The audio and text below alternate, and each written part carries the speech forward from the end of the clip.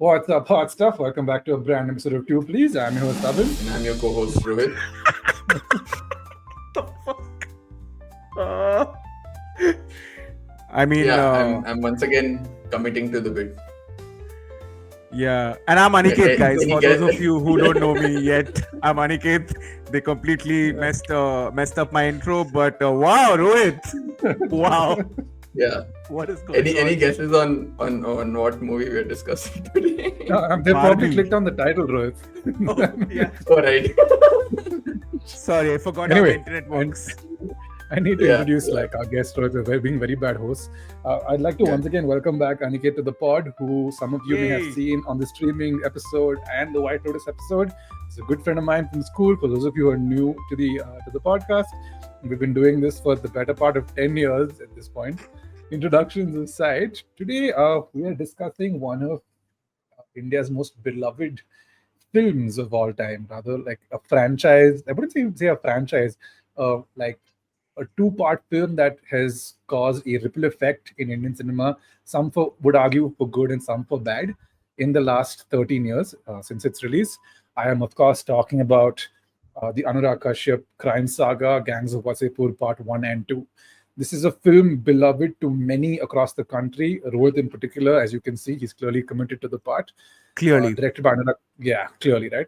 Directed by Anurag Kashyap, starring Manoj Bajpayee, Nawazuddin Siddiqui, Huma Qureshi, Richa Chadda, you name it, right? Rajkumar Rao. Everybody who is working and is famous today has some capacity been in Gangs of Wasseypur. Some even were silhouettes and now are like major stars today. So, with that being said, I'll just give you a quick lowdown of how this episode is going to go. We're going to discuss our first impressions of the film. We're going to talk about some of the memorable moments, some of the themes associated with the movie, what its legacy is today as of 2025, and a bunch more things that come up as we jump into this. So, without any further ado, let's start the show. Let's go. Let me get my toothpick.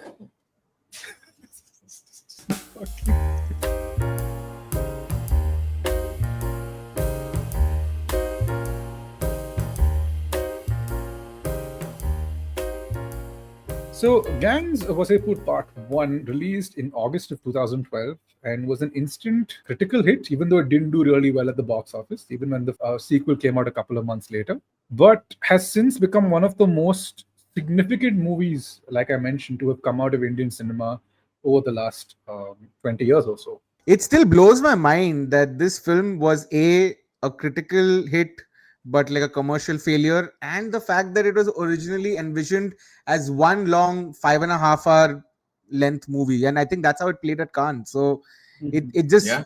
mind-boggling at this point of time. Reinforcing the Indian stereotype for international audiences, right? Like Indians don't know how to edit their films. Yeah, they go 5.5 hour movie like. But I mean, in this case, what would you cut? Right? Anurag Kashyap mentions why this movie failed is because it didn't play in certain sectors. He did an interview with Vishal K. Menon, who's, I think, of the Hollywood Reporter, and he spoke about how they refused to release the film in Bihar and like other parts of North India because they felt it would be too expensive to produce a digital cut of it for it to play in those theaters. And as a matter of fact, Anurag Kashyap, he mentions that there was a theater in Bihar who was a theater owner who was like begging for them to release Wasseypur because there's a demand there.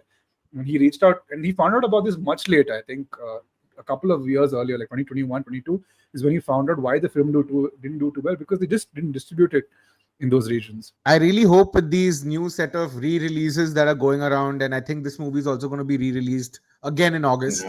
That's what I read. I really hope it reaches out to more people who want to watch it at the movie theaters, because I don't think a lot of people have actually watched it at the movies, like except like cinephiles, obviously, who have watched it because of the Cannes thing. But like you said, the people who this film is about probably haven't watched it in the Can way you it should imagine have been this in a watched. single screen theater in small town India? Like it's so quotable. There's like so many moments where I can see people just clapping and whistling and losing their mind. It'd I be think that was amazing. my first impression of the film, was actually that this film was so transformative. It actually changed all these fancy urban multiplexes into those single screen theaters for the period of the time that the film was on, on screen. Because you Hmm. would see people coming out using cuss words and saying Yeah. things that they just heard in the movie. These are people who have never said such things. And I was in college when this happened, and was around a lot of film uh, aficionados, let's just call them that. Mhm. And all of them, like, they would talk about, like, this French new wave and this and that, and suddenly they are quoting Gangs of Wasseypur. So it was it was a cultural moment that became a cultural moment with time. And I just like, nobody saw that coming when this originally came out. I don't think anyone could have imagined what Gangs of Wasseypur has become today. And on the back of that, even to this date, you have IP that's out there where, they try to get away with just cussing in lieu of good dialogue or in lieu of, character or plot development. A show that an IP that I would particularly blame on this front is Mirzapur, right? They lean too much on just using cuss words where they can fill it with better lines. I thought So Mirzapur had a great first season, right? And then it's when I think the delay in season 2, season 3 is kind of where I it mean, ultimately just fell apart. great, I would say, is generous. It's Hmm. good. Especially with Pankaj Tripathi and all, I expect I hold it to a higher degree of expectation. But anyways, that's besides the point. So there's that cussing angle, of course. But I remember when I first watched it, I was like, it's so original from its music. Like, I will come to it. There is no soundtrack like Gangs of Wasseypur in Bollywood music, right? Which is that local yet Western yet original. It's there's nothing like it out there. From the music to the characters, where else have you seen characters like Perpendicular and Tangent, right? And somehow it makes sense. It just about barely makes sense why do you have characters named like these. The characters, the story, the setting, it's so trailblazingly original. It's one of those movies where, again, maybe this comes from some sense of inferiority complex where I've always been like, hey, when you talk to film aficionados, it's really hard to make a strong case for Bollywood, right? Because there are enough things to pick apart when it comes to Bollywood movies. But this is one, like this couple of movies I can be like, here you go. Like, this is what is an original Indian product. This is what I can take to the world and say, fuck yeah. It's a It, Bollywood film that is the best Bollywood film that has come out in the last, in my opinion, at least in the last since 2000, whenever this released. Since its 2000. release, I think it has been the best Bollywood film in the last 13 years, only for one particular reason. That is, it takes all the usual tropes of Bollywood movies, and then, just, and this is after multiple watches of the film, is what I've arrived at. It takes each and every trope that you know about Bollywood films. In fact, it's so referential to films, because if you take all the main heroes of the films, right, like, yeah, yeah, they all pull from the films of their era. Like Faisal Yeah. Khan, he's a 90s, he's like Shah Rukh Khan of the Dar era, Bazigar yeah, era. Shah Rukh Khan, he is. All of them, like Manoj Bajpayee is a 70s, whatever, womanizing, like the person who yeah, doesn't have much, like he's like the funniest character, the funniest gangster that I've seen in a very long time. yeah. And Yeah, yeah. even his father's character by Jaideep Alawat, like strong man 40s, like, again, Yeah, like every era of Bollywood is kind of referenced via the, and Kashyap does this amazingly, right? Like he yeah, doesn't spell it out to you, but if you have watched films from that era, you're like, oh yeah, this reminds me of X or Y or Z. But like anything that has come since, it feels almost like it's trying to be Gangs of Wasseypur without having the soul of Gangs of Wasseypur. And there have been so many attempts at this, right? Like it's not just yeah, Mirzapur. Mirzapur is one of the better attempts. Largely, yeah. also, I feel like because of some of the talent that came out of Gangs of Wasseypur, including the incredible Mr. Pankaj Tripathi. But I don't think a lot of this entire action, violence, rural genre of movies would even exist in India if it wasn't for Gangs of Wasseypur coming out 13 years ago. It just wouldn't happen. 100%, 100%. What do you think, Abin? What was your first impression? I'd known of the film. I'd known that Anurag Kashyap was doing a gangster film. And to which I said, and I'd read some sort of reviews about how it was his godfather. And I remember sitting through the first 15 minutes and I was like, this feels epic. Like I haven't seen a movie like this ever in Indian cinema. And when Jaideep Palawat's character, I forget his name, what Khan is he? Shahid Khan. When Shahid Khan gets denied leave to go see his pregnant wife and his wife dies, and he comes back and he has that mud fight with his foreman, I was just like, what am I watching? This is very new. And then that movie had a sense of scale I didn't know was possible with Indian cinema. And because usually when you associate scale with cinema, you associate commercial big sets. You never have associated with the feeling. And I felt like I was like, oh, I'm watching something here. By the time I got done with the first film, I was like, I am whatever story this is, I'm completely in. This is one of those movies. Like I've rewatched the first film a couple of times since its inception. I have problems with the second, but I'll get to it later. But for me, the first film is near perfect. I wouldn't change a thing. So Abhin That's actually basically good. messaged me saying the second film is significantly weaker. I was like, how can someone be so wrong? I just replied with that. But Are okay, you a are you we'll a big get to fan it. of the second film? I think the second film is equally as good as the first and slightly more quotable and has more of the funnier Got it. moments. That's my Good summary question. of it. Is okay. My this is my question. Which is the better of the two films? You saw Rohit thinks the first one is the second film is better than the first. Aniket, what's your opinion? Marginally, yeah. I have a very alternative thought to this entire thing because I'm like, I would have enjoyed Gangs of Wasseypur a lot more if it had been a series and not two Ah, films. Because the world is so immersive, right? Like, and the world is. I want to know more about a lot of the characters. Like, for a moment, I had forgotten that Rajkumar Rao was in this film.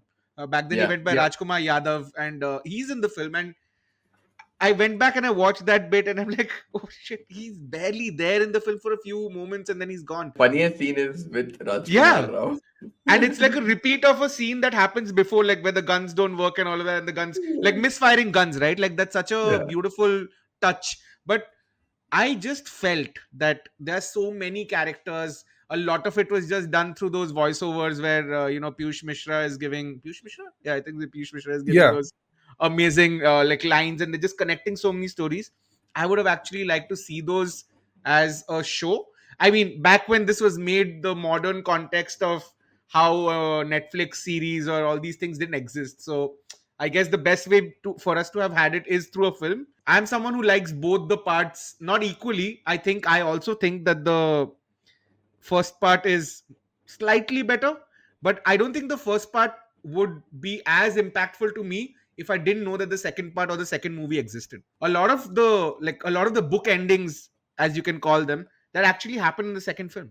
And Yeah, a that lot is of the why the second resolution happens in the second film. The second first film, part yeah. leaves you at a midpoint juncture, right? And in and of Yeah. itself, that's not satisfactory. I just felt like to a large extent, if this was in any way like edited slightly differently, and this is where again, like you said, right, Indian films don't like editing. I think it's edited really well for like a two-parter film, but if it was edited even uh, a few minutes here or there, it could have made a whole world of a difference where the first part would become that incredibly important first part, and the second part would just be whatever. But I think, so as you said, so many of the resolutions happen in the second part, and like so many of the characters just like grow up. Like you might have just heard about them, you might have heard a hint about them, or like someone related to them in the previous one. They come into their own in the second one. So that's why I feel, while the first one is, in my opinion, slightly better, I don't think it would be that much better if it wasn't for the second film to have existed. No, I agree. And I really like the point about the TV series. When you put it in that context, I was like, yes, if there was any film story that needed to be a TV series, in my opinion, this is it. Because again, one, there's so much world building that can still be mined, but also, and I feel this especially in the second part, right? And I guess this is the point Abhin is basing his opinion off of, is that after a certain point these cycles of violence just they keep happening, right? You're just like, hey, it's round and round, we're going round and round and round. And then there are a couple of characters, I'm forgetting their name. There's a guy with specs who is introduced in the last half an hour of the movie, at which point I'm like, hey, like there's too much for me to keep track of, right? It's too expansive. It's yeah. Stuff like I that would would have been a agree. lot better handled with a TV series. I think like what this suffers from is like considering it was meant to be one film, this suffers from what I call climax-itis, which is where the events of the first film are driving the events of the second film. And I was telling Rohit this as well. I counted in the first 15 to 16 minutes of part two, 6 to 7 people died, like instantly. And they all, it's not as part of like a collective anything. They're just like one by one, they're taken off for different sort of, like, whatever reasonings. With each death on screen, it kind of lessened the impact of what was to come. I was like, okay, so this person's about to die. This person's about to die. How do I wrap up this person's story? I'm just going to shoot this person. And But I think maybe the the dehumanization realization you feel is intentional. the realization of like we being stuck in a cycle of revenge comes, I think, in the start of the third act of the final film, where like this is a cycle of revenge. I wish my dad had left. I found that to be like you mentioned, like Iklaf, I think is the guy who gets introduced in the last act of the film. Clark, yes. Yeah, Clark. Yeah. So I felt like, okay, they're like, we have built up this much, and now we need to like let these characters have some sort of self-awareness, because up until that point they're just like, well, they're gun toting, okay, I'm going to shoot this guy, I'm going to shoot that guy, and it just keeps, it's like the same plot point on Yeah. that's being recycled, And which I found as like, you took this long to realize that this is a cycle. Like that could have been yeah, broken long. it could have been like, it could have been conveyed a little earlier, but that's my only criticism of the second film. I love how both films are bookended, like start and end with the death of somebody in the Khan family. The first film ends with the death of Shahid Khan at the start, ends with Saddam Khan's death at the end. The second film starts with Danish Khan's death at the start, ends with Faisal Khan's death at the end. That's something I noticed while I was watching it this time around. Also, And the first song of the first movie is the last song of the second movie. Ek Bagal Mein yes, Chand Hoga. Oh, yeah. Mm. Correct. It talks about how Bookending. life is tragic. It starts that way and it shows life is still tragic with all of these cycles of violence. I Yeah. actually love how the cycles of violence, they've also like shown it in a lot of times. It's just like humorous, dude. Like it's not supposed to be funny, but then Yeah. you're it's suddenly in it and you're laughing, but you're like, this is violent, this is crazy, this is insane. But it's also I funny. want Yeah. I want to talk Yeah. And about you it, but I'll laugh talk and then about it you're in like, the am I fucked up for laughing at this? yeah. There's I want to talk about one particular sequence, but I'll Yeah, save it for but the actually, yeah, memorable moments. let's save this for the themes and memorable Yeah. moments. But let's get into. So for me, I told this to Abin the other day. I cannot pick, like, this is a movie which is just a collection of memorable moments, right? Like Yeah. literally every character that comes on screen has some line which is memorable, right? Even somebody as say like Rima Sen's character, who is a very quiet, dowdy sort of character. Even she has lines like Very "ये क्या कर pivotal. दिया आपने?" Yeah, Mm. yeah, yeah. And I mean, keeping aside the obvious Sardar Khans and Faisal Khans, right? Like my most quotable or the character I love, I have two. One is Ramadhir Singh. Of Everything course. Ramadhir Singh says should be, made into a plaque and hung around everywhere. बेटा तुमसे ना हो पाएगा Where he says, "Listen, तुम अपनी भावना को डालो अपनी गांड में." Who talks like that to his own son? I love that part. Bro, And Tumse Na Ho Paega became like a Yeah, thing, man. meme. That Like was that the is first the, meme yeah, it yeah. became. that is a meme. Like the first Yeah, legit meme. that became a meme. Yeah, I mean, I'm avoiding the more obvious ones. तुमसे ना हो पाएगा obviously has been captured so much, right? There's that. The line I love the most of his is where I think Anurag Kashyap is also through him making a meta commentary about how Yeah, the I know impact very cinema has, right? Where he yeah. says, "जब तक India में cinema है, लोग चूतिए बनते रहेंगे." Bante I'm like, rahenge. dude, you put this in your film. Which is true. Yeah. Cause guys, this is a postmodern analysis of Indian cinema. That's what this is. Yeah, yeah, And in that rural setting, right? So yeah. that line really put it into context. I'm like, Anurag Kashyap has got something special cooking here, right? So I mean, there's again, I can go ad infinitum, but I love Ramadhir Singh, and my other favorite character is Definite, because everything Zishan Kadri does says just whenever he's on screen, I'm just laughing, right? Like and his mannerisms, everything. He's And my Zishan hilarious. Kadri favorite, wrote a yeah, banger of a script and saved the best part for himself. He's like, how seriously. can I think it also comes from lived experiences. He's one of yeah, those people definitely. who's actually, been around such places, and Yeah, he's from in a lot of Wasseypur, if I'm not interviews, mistaken. yeah, and in a lot of interviews, he said that there's a lot of truth in the story. Now, I don't know, I can't verify it, but he's definitely one of my favorite characters in this. And the others, obviously, I mean, apart from the top billing of the thing, like Manoj Bajpayee's characters, and I really like Perpendicular and Tangent. Like Yeah. they're very small, minuscule characters, but they're so well detailed. The man hides a freaking blade in his tongue, and like he comes. I That was a moment I was like, okay, this film is just different. It's not your usual Bollywood fare. This is a different kind of a Yeah. film. Even in that favorite scene of mine, right? That whole chase between Rajkumar Rao and I forget his character's name, and Definite. First of all, I love that song. That Ooh, Chicha Samsara. Laga. yeah. Amazing song that plays. And the best part is when they're at the petrol station, both are filling petrol and they're looking at each other. Each And other. that guy is telling me, and he's like, अभी petrol भर रहा है. हाँ भाई उसके पास gun नहीं है. He's like, तू फायर करना, मैं मेरे पास भी नहीं है. And then he leaves, and just before leaving, he's like, fuck. I'm like, how is this transpiring on Indian screens? I've never seen anything like this before. But if you read the news, right, like I feel like this film is actually more realistic than how most crime is depicted in Indian movies. Like Yeah. a lot of gangsters are like, nobody please kill me, whoever's listening. Yeah. But most gangsters are not very smart, if I can say. Crime is messy. The way At least crime is it's very well messy, done. dude. Like, Yeah. and this film does it so well. Like, which is why, like, I start questioning myself in a lot of places. Like, am I supposed to be okay laughing at this? I don't know, as a human being. It's And no. that's Wasseypur is classified as a black comedy. it So I think is. you're good. It is. Yeah, I think I'm fine too. But like, while if a movie does that to you while you're watching it, then it's a good movie in my opinion. Yeah, it's similarly on those lines, right? Even Sultan's I was going to say. death scene. 2 minutes before they shoot, pump him full of bullets. They're like, क्या खरीद रहा है? कटल खरीद रहा है. वो अचार लगाएगा? नहीं, बिरयानी बनाएगा. I'm like, guys, what the fuck is happening? But I can also see like how this is so Kashyap. Like he loves doing these drawn out funny bits, which almost I found always this to end in be death. I found this to be like a very Tarantino-esque sequence, but the whole Yeah, of we're course. discussing, it's like they're punctuating it with humor, and suddenly it's injected with a bout of hyper violence, and it's like you're like, oh shit. Yeah. In that he's put like communal and caste commentary also. ब्राह्मणों का मांस होता है ना? Yeah, bro.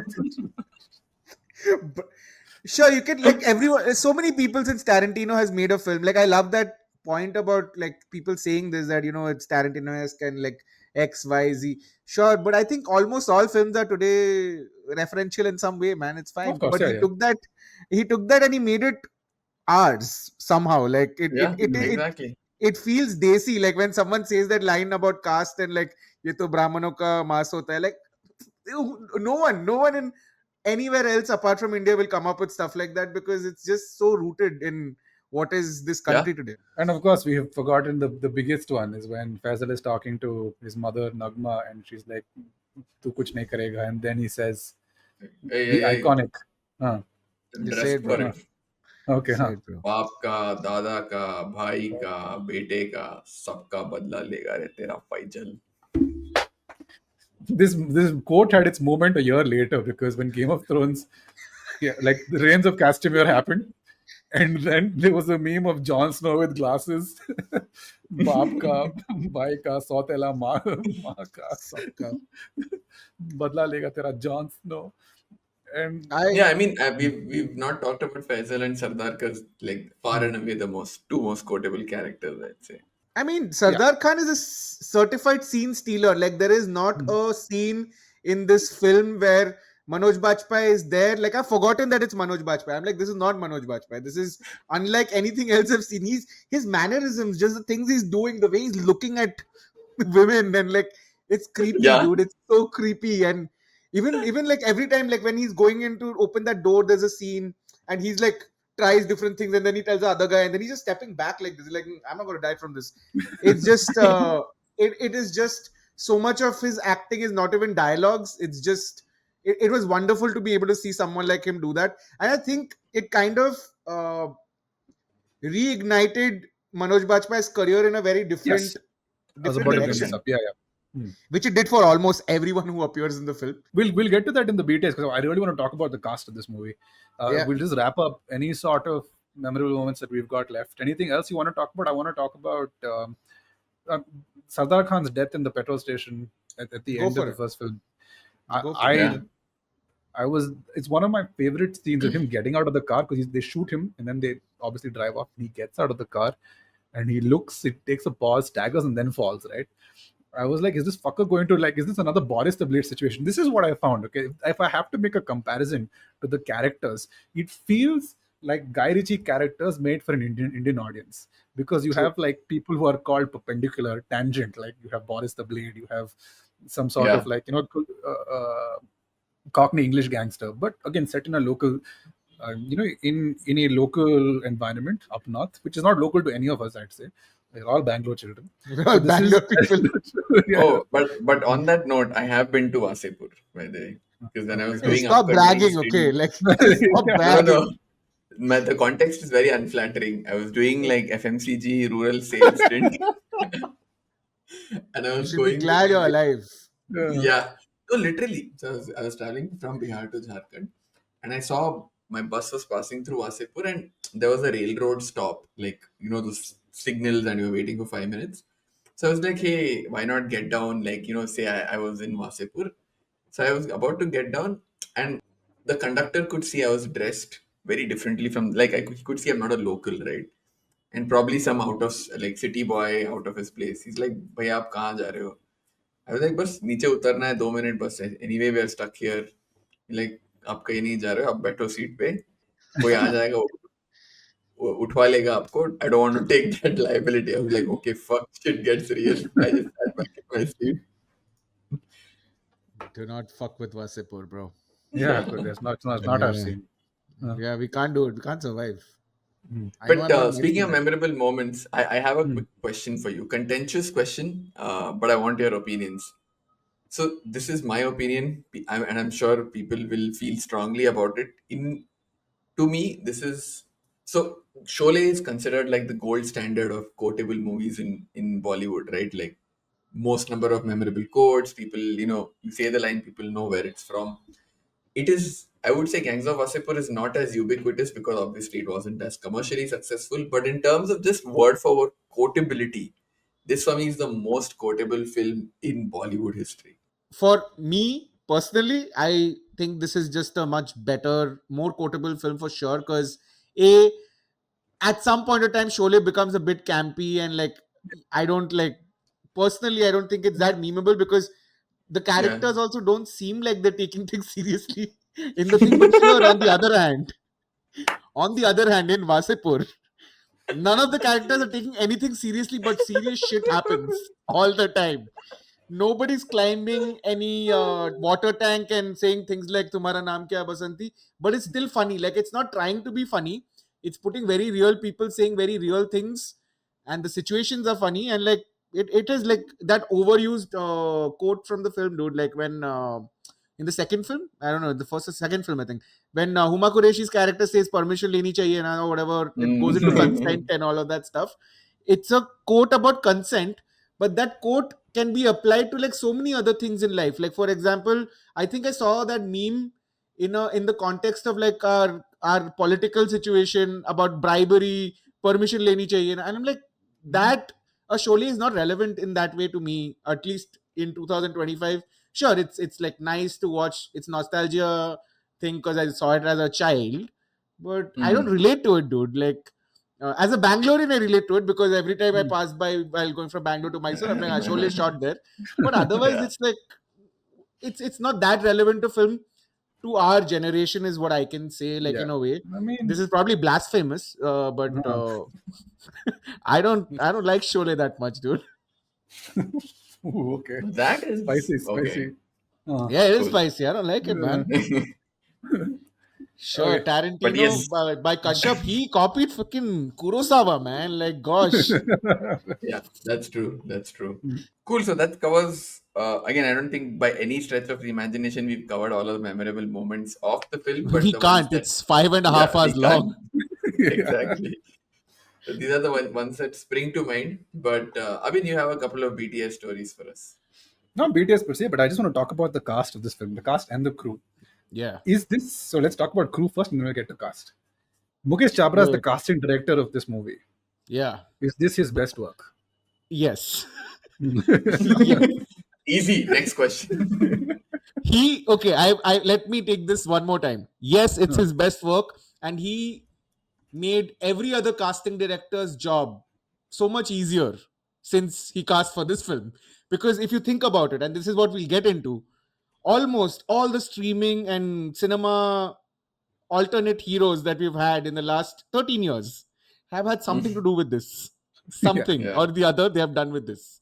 Uh, I absolutely think so. And forget that, like, guys, and this is that silhouette thing that Abhin said earlier. I did not know Vicky Kaushal was an assistant director on this. Yeah, he was. Yeah. What? What? Mm. I just found out like today while I was like before this I was going through IMDb and I'm like Vicky Kaushal uncredited silhouette in brothel. I'm like, fuck. He was an He was assistant probably director on just this. in frame, and they were like, "Arey, abhi you can't reshoot it. Just credit him as It's good. silhouette." No, all the assistant directors appear in the film in person, by the way, and this is a nice segue to how the Shlok Sharma, who has done Haramkhor, I think before. There's Shlok Sharma. Yeah. There is Neeraj There's Ghewan is Vasant in Bala. this. Vasant Bala fought with Anurag Kashyap, so he's not officially credited as the assistant director on this. But But he's then he there in would go the on to. film, though. He's there in the film. He's there. I think he's in the jail. I can't He's the singer. remember. Singer. He's the The singer. singer with the Correct. mustache. Neeraj Ghewan is in this. He went on to direct so Masan. many great films, Masan, Sacred Game, bits of Sacred Games. There's like j- assistant directors. If you just look it up, they have like insane people. Dude, Jay Mehta, who also happens to be Hansal Mehta's son, who has gone on to make his own thing, and now Scam 1992. He directed that. He was an assistant director on this. Like I feel like this film, forget the cast most people know about, like they have gone everywhere, we'll talk about that, but this is almost like a foundational film school for so many of our talent, so many of Bollywood's talent, or rather Indian film industry's talent, who have just gone on to do, if not greater, but much more well-paying things since Wasseypur. So we spoke about how this film basically revitalized Manoj Bajpayee's career. I think, like, just think about the people who appear in the film, right? Tigmanshu Dhulia, who has been directing acting. Didn't Tigmanshu Dhulia also do Pan Singh Tomar? He directed it, right? Yes, If I'm he not directed mistaken. It introduced us to Richa Chadda. Richa Chadda quotes this film as the one that was responsible for giving her 11 roles. Rajkumar Rao talks about how when Kashyap first read this film to him, Shamshed Alam, the character he plays, had a much bigger role. But then when he ultimately like called him back when the script was finished, he told him that the role was a lot smaller. But Rajkumar Rao said, "I'll do it. You're Anurag Kashyap. I have to work with you." Who else? Jaideep Alawat, who we saw in Pata Lok, was probably like his biggest break, but appeared here. From, I think, Anurag Kashyap found Huma Qureshi in a Samsung ad he directed with Amir Khan. That's where he found her and said, "I think I'm going to give you," and she again had like a career out of this. Nawaz, who at this point was getting beaten up in films. I didn't know Nawaz was in Jungle with Vijay Raz and Fardeen Khan and Urmila Matondkar. But he was mostly getting beaten. Not to sound mean, but in conventional Bollywood terms, he has the sort of face that gets beaten Munna up. Bhai MBBS also. He's the yes. Munna Bhai. He also gets beaten up there. Yeah, that's his pantheon of films, guys. Like, films, yeah. but like how it reimagined his character, right? Like until then, and this is probably my lack of knowledge, but I don't think anyone who looked like Nawazuddin Siddiqui was even imagined as a Leading man. unconventional leading man. Like it didn't exist. But then he got into Sacred Games, and then he did other things, and like he became a villain, this, that, and other mainstream films. But this was that film that did it. Like they made him a hero, which is, I think, again, great casting. Mukesh Chabra, best, amazing work. We forgot, we did not mention Vineet Kumar Singh. Like he is also someone, I think, he's mostly done a lot of stuff with Kashyap, but again, what a great find, dude. Like if this film didn't exist, I don't think Mukkebaz would exist. That's one of my favorite films. Again, like he came out of this. It's just like I feel he deserves a better career, but definitely deserves a better career. That Mukkebaz sequence with his dad, where he talks about how all he has is his hands, it's perfection. Of course, and then Pankaj Tripathi, who's Oh, pretty yeah. much in everything these days. Yeah. Just we completely forgot about him. He's there on Pankaj he's there on all the streaming platforms. He's there on Hotstar, Geo Hotstar, he's there on Netflix, he's on Amazon, he's there everywhere. Like Tripathi is like, basically, if this film didn't exist, most of the streaming platforms at least wouldn't have their key characters or main characters for most of their shows. Like Family Man is, I think, Amazon's best show in India. mhm. Like after, like, you can say Family Man and Mirzapur, like the most popular shows. Family Right. Man wouldn't exist without Manoj Bajpayee. This one wouldn't I think exist without Kalin streaming Bhai. essentially, because Sacred Games was Yeah. the one that broke the mold, right? For like Indian audiences paying to watch something at home, and that would only be possible with both Saif and Nawaz. Like Saif obviously likes taking big swings that we've all known throughout his career. He'll do Hamshakas, he'll do Sacred Games, he'll do Kala Kandi. But then Nawaz was also such a big, you know, force that pulled people in. I would. Would you say this is Nawaz's best work? I don't think so. We didn't know him, dude. I mean, we Hmm. all saw him, but we Yeah. didn't know him. So Now, in in the hindsight, But like it's hard having to looked, say. having looked at his career, because I am a big fan of Badlapur. I don't know about the rest of the world. I fucking love that film, and I think he's exceptional in Badlapur. The ability to switch between this timid guy who's also a fucking psychopath. It's just I feel Varun Dhawan surprisingly for me overshadows him in Badlapur, Wait, Varun Dhawan while is great in Nawaz in Badlapur. it. Yeah, that's what I'm saying. Which is why for me it's sort of, I don't know. For me, Raat Akeli Hai is another movie where Nawaz is outstanding. Like the movie is really good, but he's outstanding. I think It's hard to Nawaz pick. in most of his roles is pretty outstanding, except when he's Yeah. playing plays unless he's like playing golf in a movie or being a villain. He's mostly good only. But you know Uh, who loves those movies? Nawaz's mom. yeah, of course, and he likes money also, man. He deserves some Yeah, money. yeah. Obviously, no 1 year. I like he's. Like I the think. memes that were made after this movie, apparently Nawaz didn't get paid a lot of money or something, and the memes that they would just make about how Anurag Kashyap just cast a certain kind of people in his films, that cemented him in a way. But I also feel, coming back to the point, I also feel it's very hard to like call anyone's performance in this movie outstanding part of the career, because there is just so much of it, and Hmm. but there's also so little of it, and they are in a like this is like the pantheon of the best, as we just said, of the streaming stars of 2025. It's very hard to stand out in the context of the film. I think Nawaz did a fantastic job in the context of his career. I think, yeah, whatever, like we all have our favorites. I really like Raman Raghav, whatever it was Hmm. called. He's insane in that film, and I was like, I'm scared. I was legit scared after watching that. Did not sleep. Nawaz was scared. Actually, that would be So my pick. Raman Raghav would be my pick. And to build on your point, right? A positive way to look at it is Gangs is probably not any of those actors' best performances because due to Gangs, they got to do a lot more work, better work, where they matured as actors and were able to give better performances. So, everybody wins. It's a like if feel you think good. about Kalin Bhaiya, like Pankaj Tripathi's character, it's sort of is kind of referential to his character, like pulls a bit from his character in Gangs in ways, like not the same thing, but a lot of these characters we look at today, like the reason we feel Pankaj Tripathi as Kalin Bhai as believable is kind of also because Gangs of Wasseypur sort of introduced us to him in a way in that context a few years earlier. Otherwise, as audiences, we don't see people as certain people that easily. It's very hard.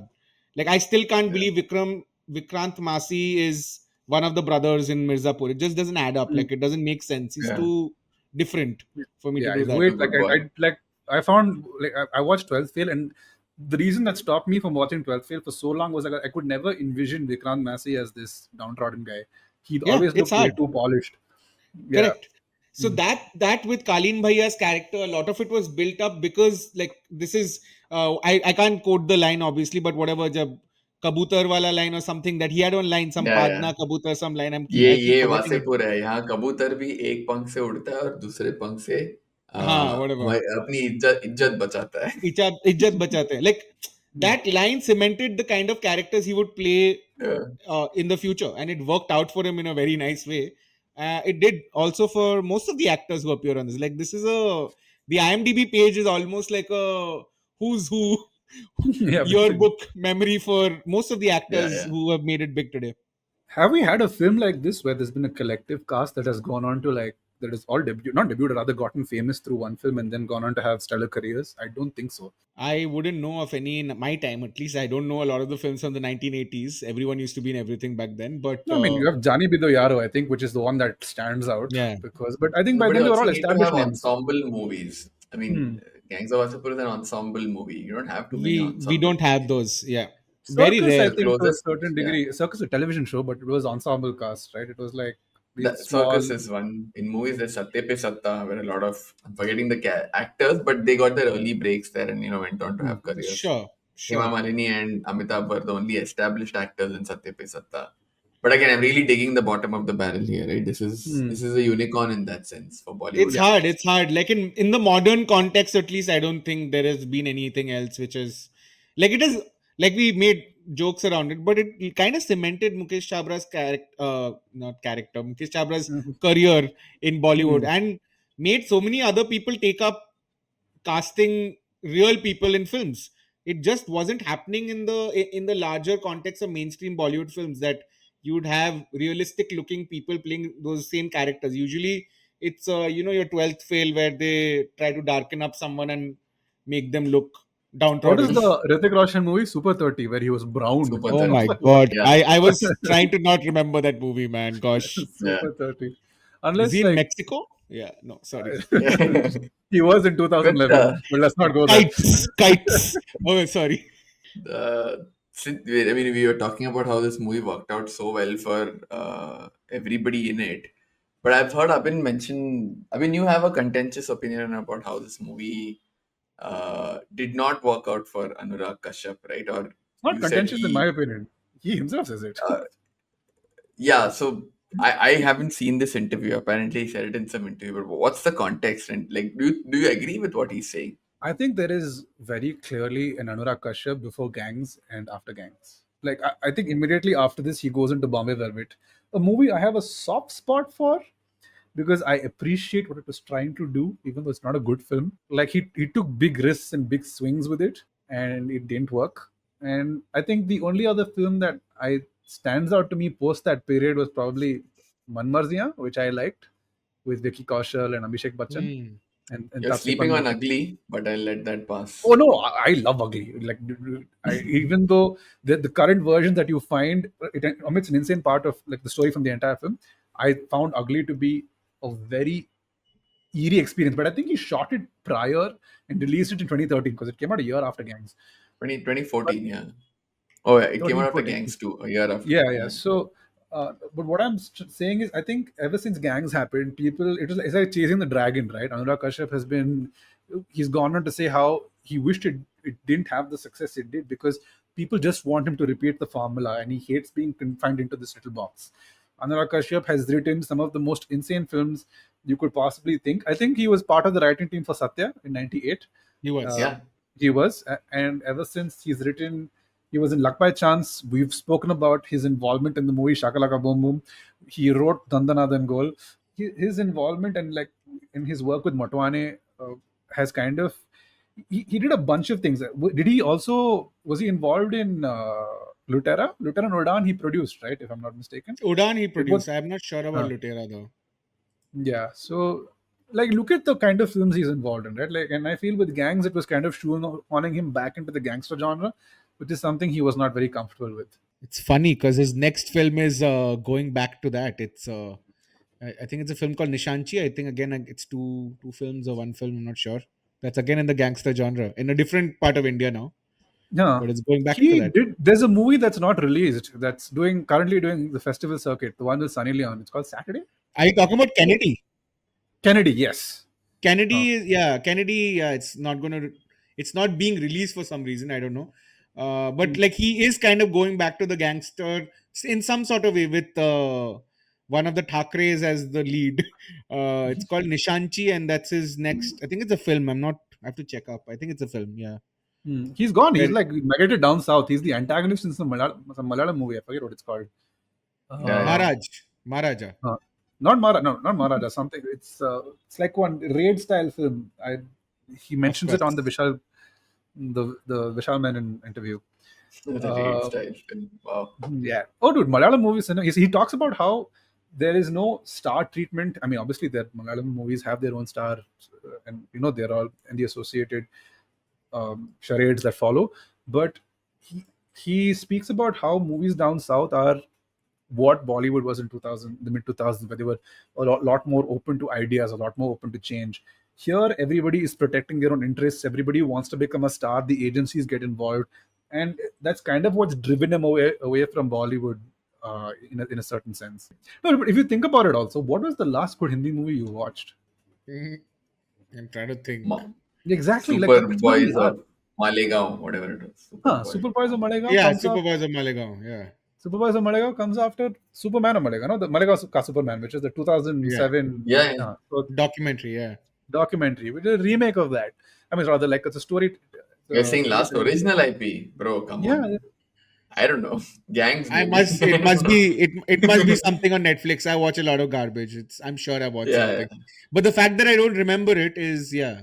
is quite problematic, because I just think to myself, Sitare Zameen Par is in theaters, and I have two kinds of opinion. I have people who are like, it's okay. Some people are like, oh, I love it. I have a gripe. I'm down for it. Shut up, dude. So, you're such an ass.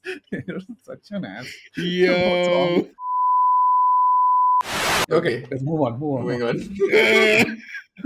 Someone is like, this is like Satyama Jayate, the movie where Amir Khan will poke you and be like, now cry. Manipulative bastard. See, I haven't watched the film, and I don't know if I'm going to watch the film. But like, someone told me that hey, Amir Khan basically makes films that audiences will watch, and if the same audiences go back with any sort of a message, maybe it's a net positive. But I don't like looking at films as social service usually, so I don't know. I wouldn't. I don't like the idea of the film only. I think it's just May I especially with present to you Akshay Kumar's entire career in the last couple of they reveal the entire film story in the trailer, and not even the trailer of all the other versions, English, Spanish, whatever version of the film are, they're all the same. And like, what else can actually happen in the story? I don't know. Like, it just I had zero excitement to watch it. I am someone who has watched Lal Singh Chadda, So have so I watched it in theaters. I watched it in theater. So if Yeah. I like don't want to watch this, it says a lot about this film, man. Like I don't know. I don't think it was marketed well. I don't know. I really don't know.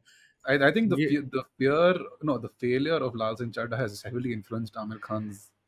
This Yeah. thing. Like every time you see him talk about that movie, he says, Lal Singh Chadda nahi chali, nahi chali, Nahi nahi chali, chali." nahi chali. It's like it's one of those things that sticks with him.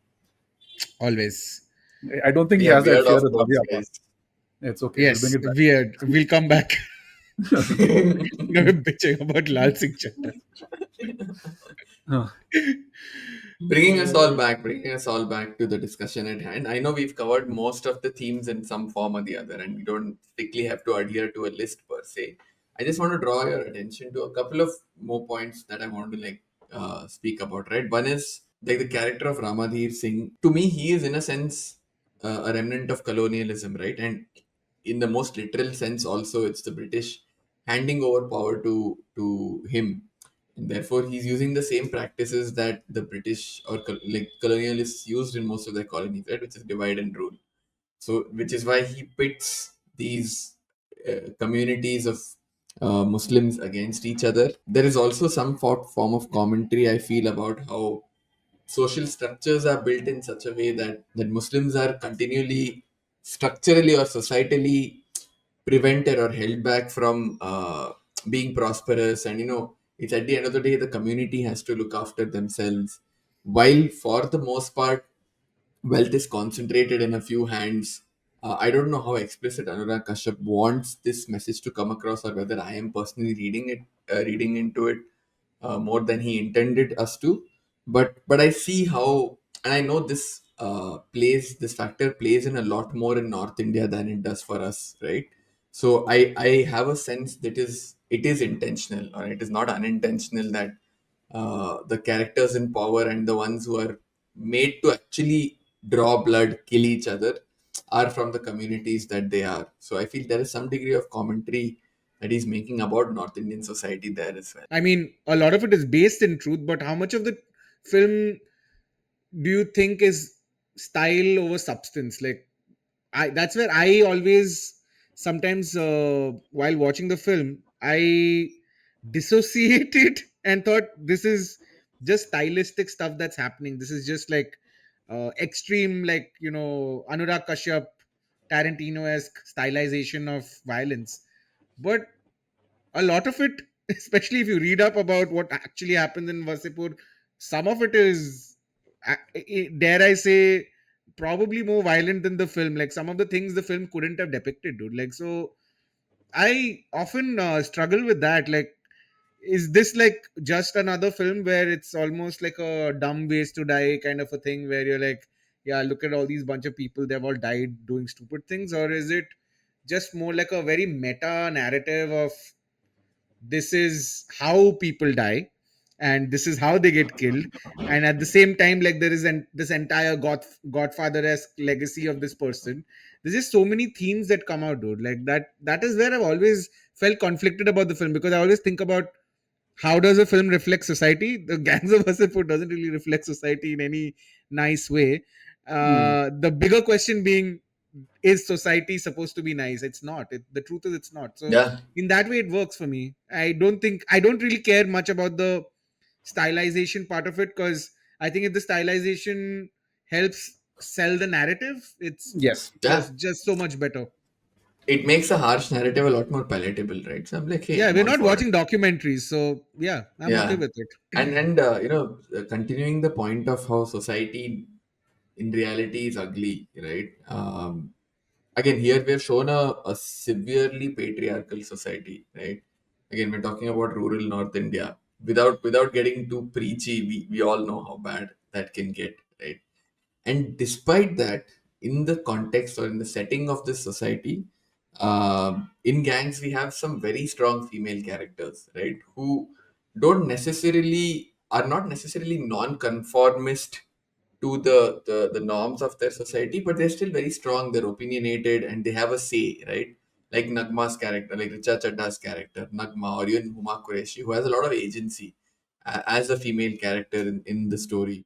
I'm pleasantly surprised at how much agency the women have in this story, given how easy it could have been to have shown them as this downtrodden people who just go along with what the men in the movie decide. If you watch Godfather or any of the three films, women are almost accessories in a way to Yeah, storytelling in that. Whereas yeah, over here, without a few of the strong female characters, they are pivotal to the story. Like still, and absolutely. without like making them hyper feminist, whatever, which would be weird to the context of the story and unrealistic, while sticking to the very, very, very, this is a gangster flick set in rural India. It's going to be patriarchal. All of that is there, but yet it has strong women characters, much like real life, where there are strong women who are part of these world, and they figure out their sense of agency may not be exactly reflective of what we would call agency, but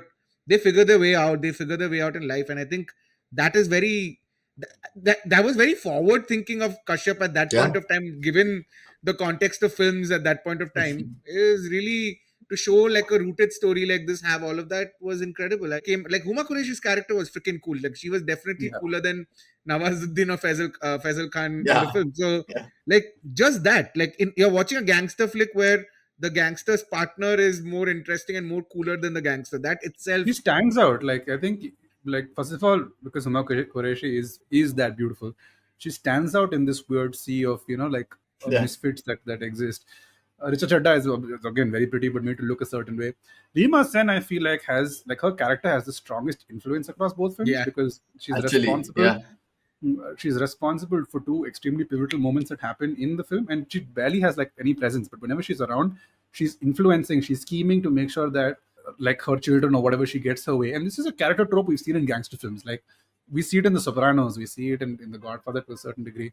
You have the mistress who feels a certain way, ultimately like takes up like some sort of action that alters the main protagonist's arc completely. And she does it twice in this entire yeah. in this show. You don't see that often in gangster films. and actually, especially for gangster films, like Aniket rightly said, women are almost accessories. In this one, they are very pivotal to the story. I have one last thing to discuss, but before that, anything else you guys want to cover? I want to talk about the music, but I don't know when we That get is to the that. thing I wanted to Oh, discuss. cool, Yeah. cool, cool. All right. Sure. Yeah. So the Go on. music of this film, in terms of variety of sentiment, in terms of mood, you have sad songs, you have funny songs, you have happy songs, you have quirky songs. I'm just thinking, I'm just like reading them off the top of my list, right? Like Ik Bagal Mein Chand Hoga, and across the board, wonderful lyrics which feel very local to the area. And Sneha Khanvilkar has probably, in my opinion, this is like top five Bollywood soundtracks of all time, if not one of the greatest. Right, it makes a case for one of the greatest purely because of how original it is. Right, uh, and again, I'm just thinking of songs. There's that. Then uh, Jia Tu Hazar Sala, whatever that Bihar wala song. Aminachi, where every time Sardar Khan is on screen, that song plays, and I'm always dancing along with it, right? Bro, Ta, this ta, this ta, ta, ser- ta, this ta, film ta. has the song ta ta to to ta. Like it's a song about sounds. Like it is just like I want to just make this point. This is also around the time at which I think the current Bollywood music soundscape that we have, which includes one sad song by Arijit Singh by Yeah, default. Arijit Singh kind of got his start around the same time, 2011, yeah. 2012. That's when Ashiki released the newer version, I think. Hmm. And we could have gone in two paths. We clearly chose the Arijit Singh side of things with auto tune, and like I'm not saying he uses auto tune, but like other singers who want to sound like him use auto tune. So it just has we have reached this overproduced, completely different soundscape. Whereas this, even in 2025, I went back, I heard the soundtrack again just today. It still sounds so fresh. Everything is so rooted, yet like you're in Bihar, but you're thinking of a rave somewhere else going on because he's Yeah, there's like these like EDM-ish, EDM-esque songs happening. Then, for example, the I Am Hunter song, right? Like I am a I hunter. I've always wondered that why does this song how does this song, which sounds to me at least, it sounded reggae, Caribbean, Yeah, I was just about to however, say it. Yeah. Mm. how does this make sense in this context? And then, like, funnily enough, on Instagram one day I find out that this song is by this guy called Vedesh Suku, okay, and Yeah. he's a singer of the song. And I'm Mm. like, I go to his thing, and he's Indian origin, but he doesn't live in India. And then turns out that this entire song, a large part of it, the lyrics, all of that, like very very suggestive lyrics, these are Yeah, all what constitutes I think it's called chutney soca music, and it's this genre of ah, music that exists in Trinidad and Tobago, or how Nice. cricket fans would call it, West Indies. So it is just incredible that if you know anything about the history, like it's the same folks from here in Bihar, the same region, who went to these regions, who were taken by the Brits to these regions to work as indentured laborers, which is basically yeah. slavery in a different way, and they carried Fashion over slavery. Bhojpuri language and songs over there. That evolved into this song, whatever this I am hunter, I want to show my whatever gun thing, and then later it gets used again in a thing to illustrate a Bihari man. Full So circle. it's a full circle, dude. Like I'm like, this is too meta. This is too like no one would have thought about any of this, but yet that song makes so much sense in that moment with those weird Hindi ad libs coming in and like some random things happening. It happens in a train, which makes full sense. You see those two future directors sitting in the train being the hippies. Every single thing. Like I almost feel like Sneha Khanwalkar had a show before this. One of my favorite shows. It was an MTV show. It was called Sound Tripping, where she would Hmm. go and like Mm. record different sounds and like Yes, make songs out of it. Yes. This soundtrack feels like that. Like it feels an almost like extension of it. she's going This into was, these bits. Yeah. yeah, like her sophomore. No, I think she'd had that break with Oi Lucky Lucky, right, which was kind of where everyone was like, Mm. "Who's this person? This random girl that Yeah, popped out of even nowhere." Oila Kila Kioe has a very funky soundtrack. Oila Kila Kyo, a great soundtrack, but it's again at the end of the day reminiscent of Commercial. the Bollywood songs of that era, right? This one, and that's what I'm saying. In 2025, each of the songs they stand on their own. Like you could hear There them, is and they could be nothing from a like film it. from today. There's just Yeah. nothing like it. Like Hunter, Womania, these are the songs that pop up in the most random of places. Yeah, A And there's couple of even a months story ago, behind Chicha Leather. So apparently Anurag Kashyap was in Bihar and he heard somebody, like two people talking, and he said, "यार उसने मेरा दिल Chicha Leather कर दिया." So he's like, "What do you mean by this?" So he said, "Chicha leather is the second after the first grade good leather that you yeah. get." chicha leather is the second grade, the remnant that you then repurpose into making lower quality goods, right? So he's like, she treated my heart like that second grade leather, like you just chuck that shit, right?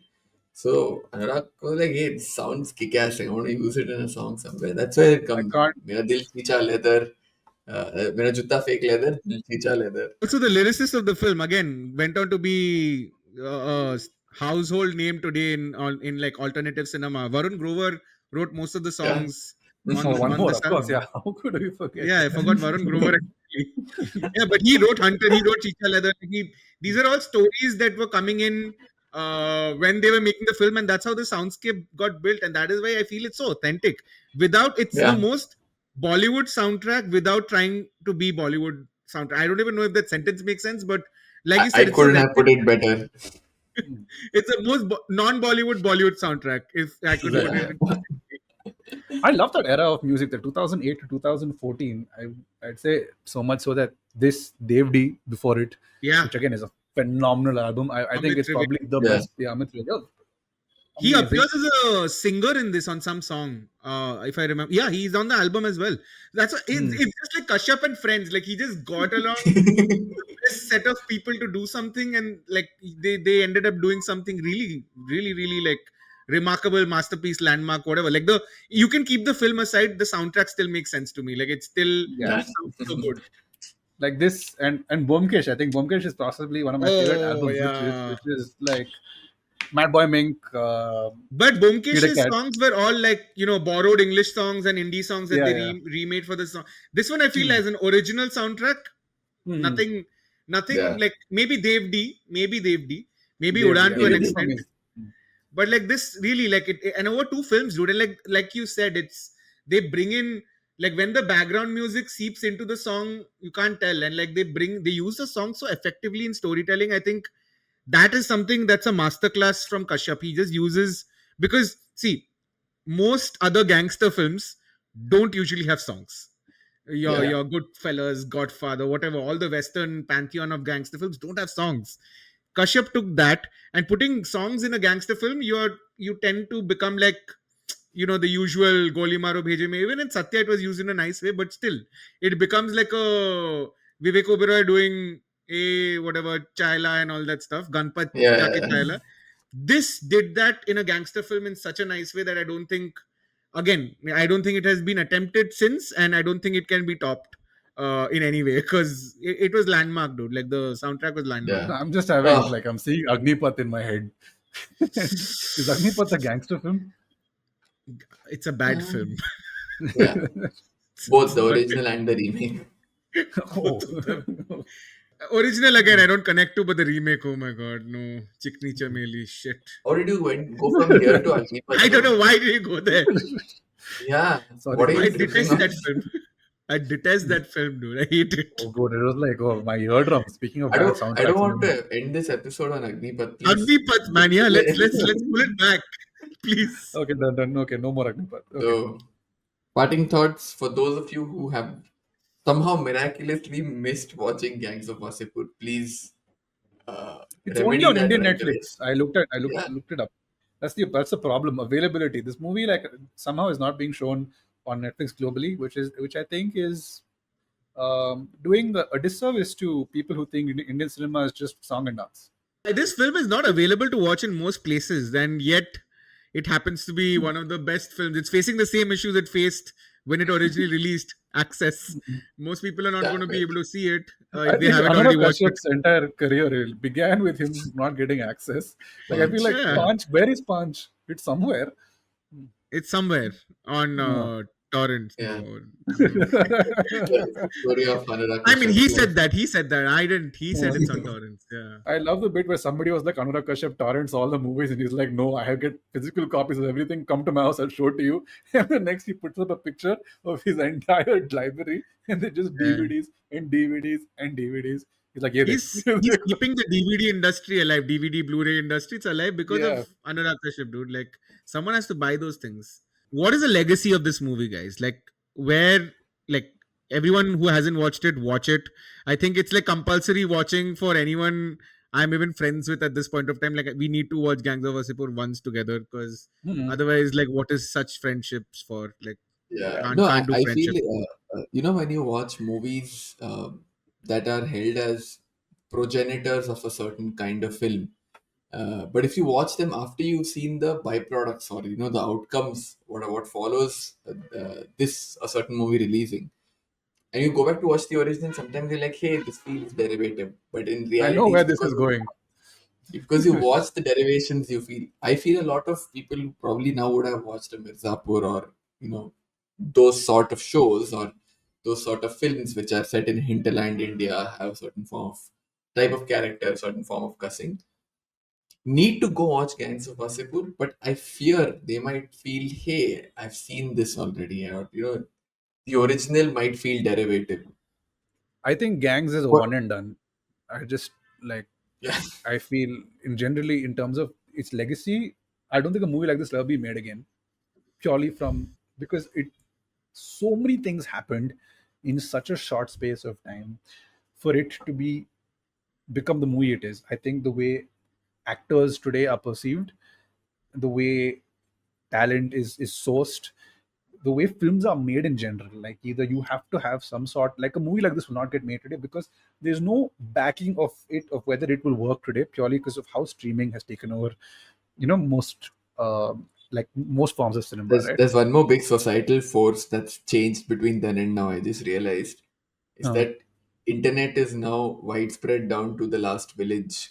So yes, content has become democratized, access to Western content, and therefore that Indianness that we're saying, the local feeling, probably is not as prevalent today, right? Because everyone has exposure to global content.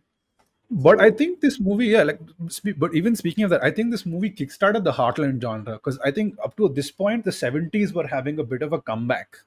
2009 when Dabang happened, whenever Dabang happened, 2009, 70s, like Bollywood was on a bit of a comeback, and then it moved down to more grittier, slightly crazy storytelling with this. So a lot of heartland stories happened. Like I think Newton comes off the back of this, right? Newton is Rajkumar Rao's big break. What else did you happens just after say this? big dick break? Big break.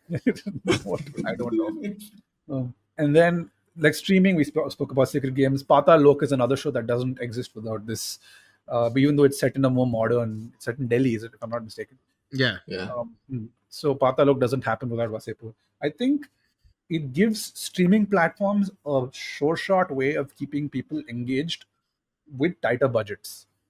You're able to cast smaller actors who've had appearances on film, not great appearances, but who've had some sort of deliberate impact on film, and you've managed to get them into an audience, into a place where there's an audience that will watch this person for a fraction of the cost. I think the biggest legacy of this film, rightly said over there, is the way this has just introduced audiences to so many people. And maybe some of those people have not even watched, a lot of those audiences have probably not even watched the film. They've just seen the memes, they've just seen contextual clues about this character or this actor somewhere.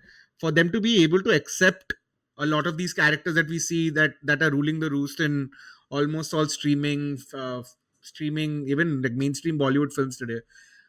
I also would like to just like talk about the fact that this film, when it came out, right, in 13 years ago, nothing like this was expected. Nothing like this happened, since even Kashyap couldn't do, truth be told, even Kashyap couldn't do it with Bombay Velvet the way he could pull it off with this.